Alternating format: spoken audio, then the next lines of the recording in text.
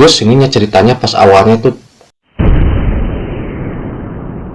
Ini ada yang bagus nih filmnya. Kalau di aplikasi Melolo itu apa judulnya itu Sang Penyelamat. Kalau di Free Real itu Kebangkitan Pahlawan Jelata. Terus pas ada juga di aplikasi yang lain, pas di TikTok juga ada saya lihat itu Bangkitnya Pahlawan Jalanan.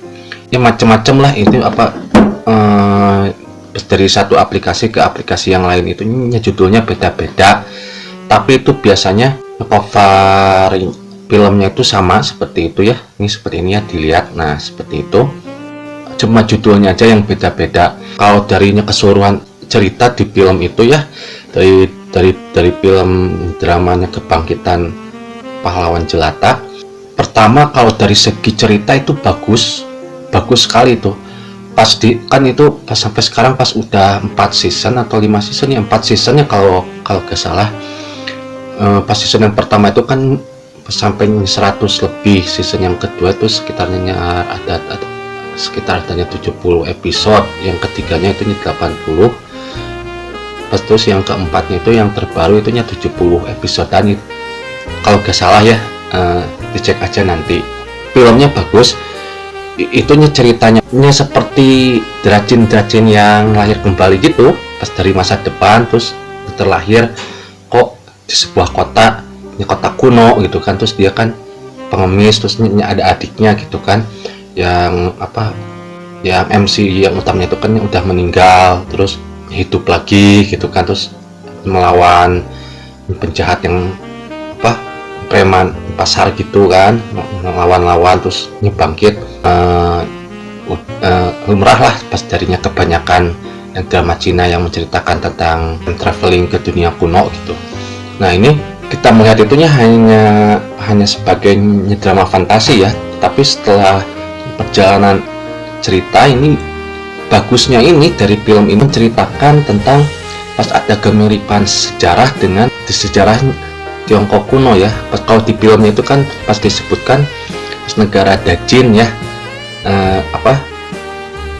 negara Daji itu pas di filmnya tuh. Nah pas kalau dicocokkan dengan pas setelah menonton dari season 1, 2, 3 terus dicocokkan dengan sejarahnya Tiongkok, itu mirip-mirip dengan keruntuhan dinasti Jin Barat, kebangkitan dinasti Jin Timurnya ya, seperti itu.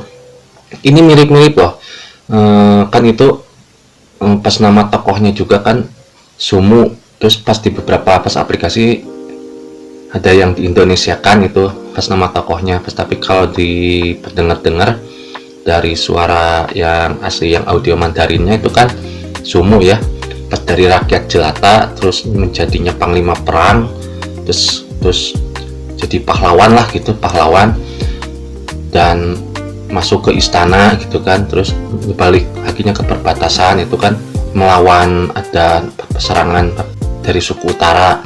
Kalau dari sejarah aslinya kan suku utara itu kan Mongol dan sebagainya ya, pas belum ada Mongol sih. Kalau dinasti Jin itu pas belum ada Mongol, jadi bangsa Xianu lah, atau suku-suku utara gitu, suku-sukunya para Mongolia Raya gitu. Ini bagus ininya ceritanya. Pas awalnya itu pas asalnya fantasi, terus pas beriringan dengan waktu kita menonton, terlena menonton itu pas episode 30 ini apa, pas season 1 ya, season 1-nya itu dari episode 30 sampai 40-an lah, kita lupa ini teh yang asalnya genre fantasi dari time travel, kok seakan-akan ini menceritakan drama kuno aja gitu, apa drama sejarah, terus lupa ini fantasi ini sebenarnya gitu pas genrenya. Terus pas ketika masuk ke season 2, season 3 full aja lupa bahwa si tokoh utama itu yang asalnya datang dari dunia modern atau dunia lain, kita menganggapnya ya filmnya utuh menceritakan di zaman itu gitu, ini bukan tokoh dari dunia lain gitu. Ini bagus sekali ini cerita ini ya, saya recommended buat nonton, buat yang suka-suka nonton film-film yang tema sejarah, yang kerajaan gitu kan, ini cocok ini. Terus pas humornya juga bukan humor recehan, actingnya pun, pertarungannya punya cukup epic.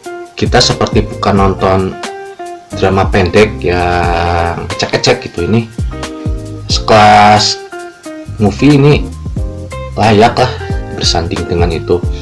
Terus si tokoh-tokohnya pun bagus. Terus kan seperti yang kita tahu kalau di Cina itu kan yang rekamannya itu kan dubbing ya biasanya, pas walaupun dengan bahasa Mandarinnya ini pas gitu sih. Pas kalau kalian nonton pakai yang audio yang Mandarin aslinya itu, si mulut aktor itu bicara sama suara dubbingannya itu yang audionya itu pas gitu, nggak ada jeda.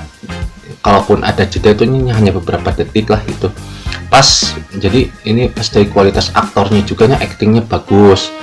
Terus pas dari segi cerita ini bagus, epic, aktornya bagus. Terus darinya pembawaan CGI kan, karena drama kuno pasti ada CGI ya, yang menceritakan ada pasukan banyak gitu kan, itu pas juga, enggak terlalu berlebihan, terus enggak norak gitu. Ini bagus lah, bagus. Saya ini layak untuk ditonton, ini recommended ya buat kalian yang suka nonton drama pendek yang rajin, ini recommended sekali. Pasti saya yakin ini pas ketika nonton di episode ke-40 ke atas pas season 1, pas apalagi udah nonton di season 2, season ketiga, pastinya penasaran, akan buka-buka di Google, di search, ini sejarah apa sih, ini dinasti apa sih di Tiongkoknya. Dan ternyata mirip dengan keruntuhan dinasti Jin Timur dan kebangkitan dinasti Jin Barat. Karena belum tamat pas dramanya, saya nggak tahu ini apakah betul-betul menceritakan tentang dinasti itu ataukah hanya terinspirasi dari cerita terinspirasi darinya kisah sejarah dinasti Jin, terus dimasukkan ke elemen fantasi, terus masuk ke elemen di dunia lain gitu ya. Terus pas elemennya sangat mirip sekali lah seperti itu. Ini bagus, recommended sekali. Bahkan setelah kita masuk ke season 2, 3, 4, kita gak akan warna-warna yang elemen fantasi yang reinkarnasinya itu lupa kita, seakan-akan ya nonton drama sejarah aja gitu. Bagus lah, ini recommended sekali. Pokoknya dari penilaian 10, ini 10/10, bagus, boleh nonton ya.